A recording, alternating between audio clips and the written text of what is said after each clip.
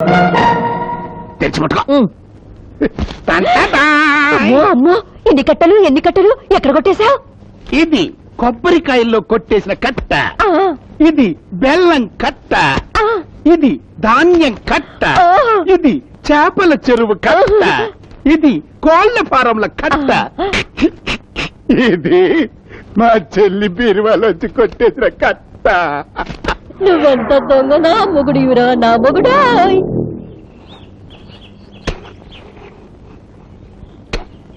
ఏమనుకోకే.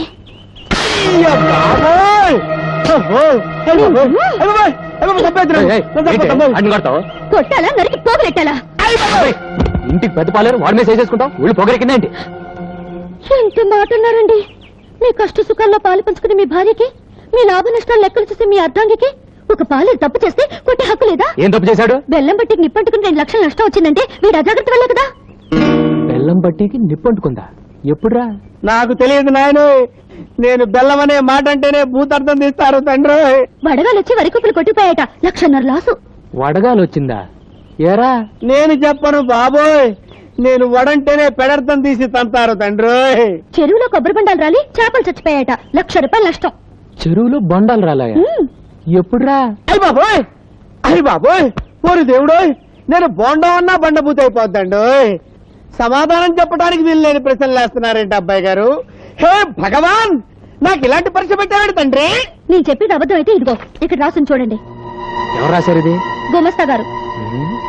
ఏడాడు? ఇక్కడే ఉన్నానందయ్యా. టుడే దిన ఫలాల్లో మన రాశి ఫలం ఎలా ఉందో చదివి చెప్పవయ్యా. మీ దినం అంది యా, వృత్తిక రాతి కదండి. జస్ట్ మినిట్ లో మీది కుక్క బతికైపోతుంది, దాచిపెట్టిందండి. గుమాస్తా గారు, అయ్యా. ఈ పద్ధతి చదవండి. అయ్యా, ఇదే చదివి చెప్పండి. బెల్లం బత్తికి నిప్పంటుకోవటం వల్ల వచ్చిన నష్టం 2 లక్షలు.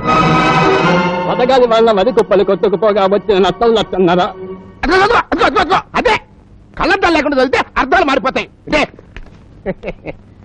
బెల్లం బట్టీకి నిప్పంటుకోవడం వల్ల వచ్చిన లాభం 2 లక్షలు.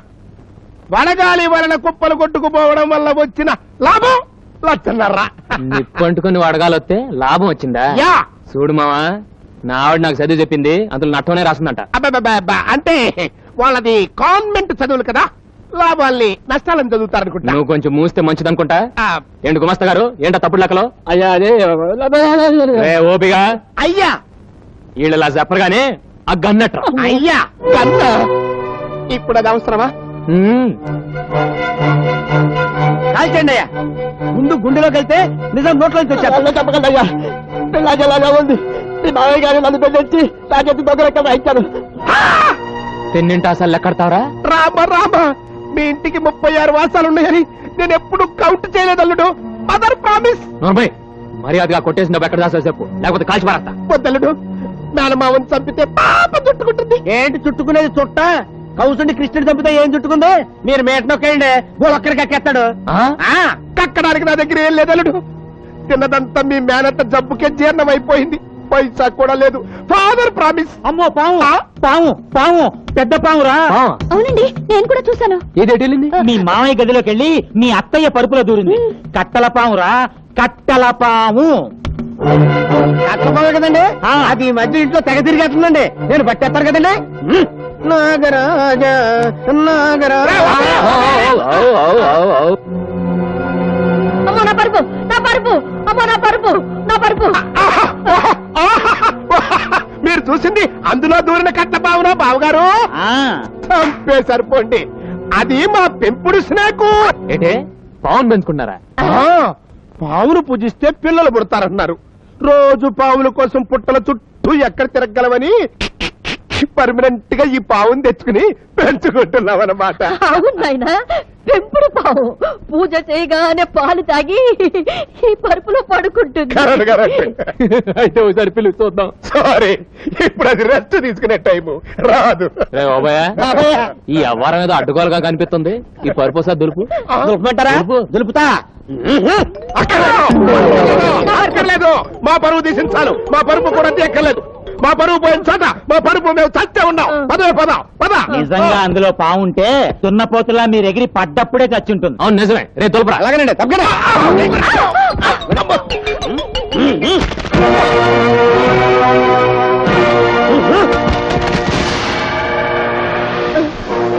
చూసావురా ఎన్ని నోట్ల కట్టల పాములున్నాయో. అమ్మ దొంగ నా మామయ్య, నన్నే మోసం చేస్తావా? ఏమండి, ఆయన మోసం చేసింది మిమ్మల్ని కదండి, దేవత లాంటి మీ అమ్మగారిని, ఆవిడ నమ్మకాన్ని. ఒకసారి అత్తయ్య గారిని చూడండి, పాపం తన అన్నగారింటి నీచుడని తెలిసి సిగ్గుతో ఎలా తలదించుకున్నారో. చిచ్చి, ఈయన మీ మేనమా అంటే నాకే మండుతోంది, ఇంకా అత్తయ్య గారికి ఎంత రగిలిపోతుందో. మా అమ్మకు తోడబుట్టినాడు గనక ఎంత ద్రోహం చేసినా ప్రాణాలు వదిలి పెడుతున్నాను. రే బాబాయ్, బాబాయ్ రేపటి నుంచి వీళ్ళ శాత గోసీలు కట్టించి కూలీలతో పాటు పొలం పని చేసి. అలాగే. సారీ అల్లుడు, మేము ఆ పనులు చేయలేం. హలో మాస్టర్, మిమ్మల్ని 3 పూట్ల ఎరగదని మీ చేత పన్ను చేయించే పూచి నాది. మీరు ఆ విషయం మర్చిపోయి హ్యాపీగా ఉండండి. అబ్బాయి గారు ఇదిగోండి డబ్బు. అమ్మకిచ్చి బీరాలు పెట్టమను. ఏమండి, ఇంత డబ్బు మీ అమ్మగారి బీరువాలో పెడతారా? ఏ ఆవిడ 4 కాలాల పాటు బ్రతికుండడం మీకు ఇష్టం లేదా? ఏంటే మీ మామయ్య గారు దుర్బుద్ధి చూశారుగా, మీ అమ్మగారు నిద్రపోయేటప్పుడు ఓ బండగా ఆవిడ నెత్తి మీదేసి ఈ డబ్బు తూపతే. అమ్మో నిజమే, డబ్బు కోసం వీడు అంత పని చేసినా చేస్తాడు. అయితే ఆ డబ్బు నీ దగ్గర ఉంచు. అమ్మో, నన్ను చంపితే? అత్త కోసం ప్రాణాలు అర్పించిన ఓ కోడలుగా చరిత్రలో నిలిచిపోతాం. ఈ అత్త కోసం ఆ మాత్రం త్యాగం చేయలేవా తల్లి? సరే, మీరు చెప్పారుగా, చేస్తాను.